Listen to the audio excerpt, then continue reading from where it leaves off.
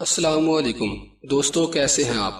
سلطان العارفین حضرت سلطان باہو رحمۃ اللہ علیہ کا موجودہ مزار مبارک تیسری جگہ پر واقع ہے۔ یہ جو آپ مزار مبارک دیکھ رہے ہیں، اس کی تعمیر 1336 میں ہوئی۔ یہ ضلع جنگ کی تحصیل شورکوٹ بستی موضع سلطان باہو میں واقع ہے۔ سلطان العارفین شاہ جہاں اورنگزیب عالمگیر کے زمانے میں سن 1039 میں پیدا ہوئے۔ آپ کا وصال مبارک 1102 میں ہوا، یوں آپ کی عمر 63 برس رہی۔ آپ رحمت اللہ علیہ ہمیشہ شہرت اور ظہور سے کوسوں دور بھاگتے رہے۔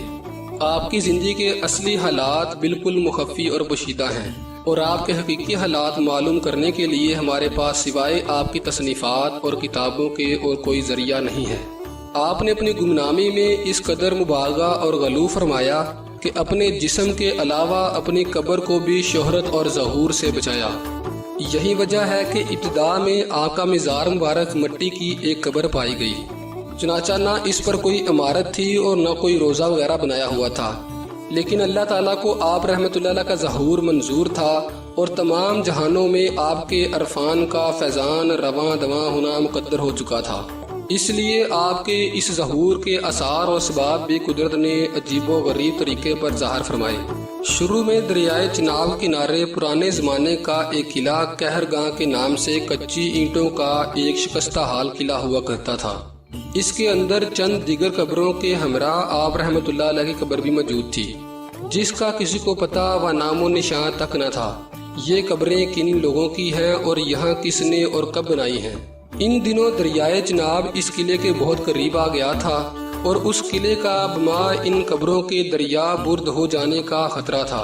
چنانچہ ایک رات وہاں قریب ہی ایک گاؤں میں ایک سید صاحب جن کا نام گل شاہ تھا، ان کو خواب میں آپ رحمت اللہ علیہ نے اپنی قبر کا پتہ دیا اور کہا کہ گل شاہ میرا نام فقیر باہو ہے، دریا قریب آ پہنچا ہے اور چند دنوں میں اس قلعے کا بما ان قبروں کے صفایا ہو جائے گا، اٹھ اور مجھے یہاں سے نکال کر کہیں محفوظ جگہ میری قبر بنا دے۔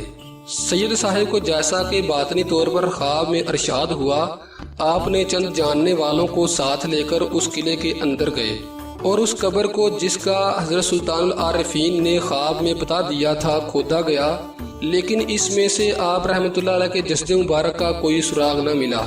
آخر سید صاحب نے قبر بند کی اور اداس ہو کر گھر واپس چلے آئے۔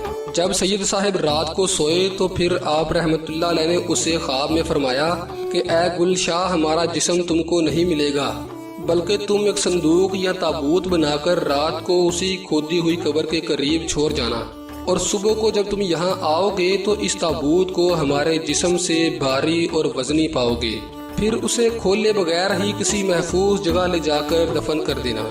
چنانچہ شاہ صاحب نے اسی طرح کیا، اور صبح کو جب وہ وہاں پہنچے تو واقعی تابوت کو بھاری اور وزنی پایا، اور اس صندوق کو ایک اونٹنی پر رکھ کر جنوب کی طرف اس ارادے سے روانہ ہوئے کہ حضرت پیر عبد الرحمن صاحب کرشی صاحب کے قبرستان میں دفن کریں گے، جو وہاں سے تقریباً 3-4 کلومیٹر کے فاصلے پر تھا۔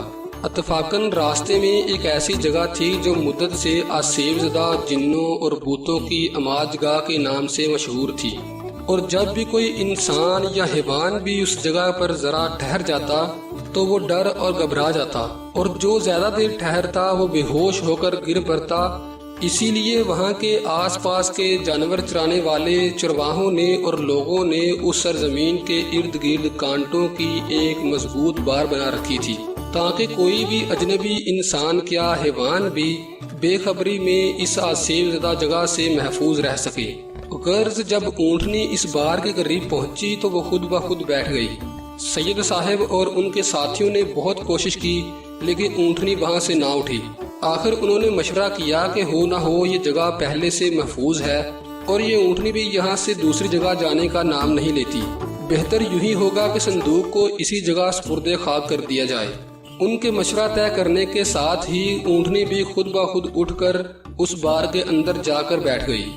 سید گل شاہ صاحب اور ان کے دوستوں نے اس واقعے کو ایک قسم کی تاکید غیبی اور کرشمہ قدرت سمجھ کر بہت خوشی اور خرمی سے صندوق مبارک کو اس پاک مقدس سرزمین کے اندر سپرد خاک کر دیا، اور وہاں آپ رحمت اللہ علیہ کا مزار مبارک تیار کیا۔ سو اس پاک سرزمین کو اللہ تعالیٰ نے روز اول سے آپ رحمۃ اللہ علیہ کے بحر فیضان کی اجرا اور روانی کے لیے منتخب و مقرر فرما لیا تھا۔ سو اسی لیے اس پر قدرت کے غیبی پہرے بٹھا دیے گئے تھے تاکہ یہ جگہ ہر قسم کی ظاہری اور باطنی نجاست اور حیوانی و انسانی گندگی اور پیشاب اور گوبر وغیرہ سے محفوظ رہ سکے۔ یہی وجہ تھی کہ یہاں سے ہر انسان اور حیوان کو ڈرا کر بھگا دیا جاتا۔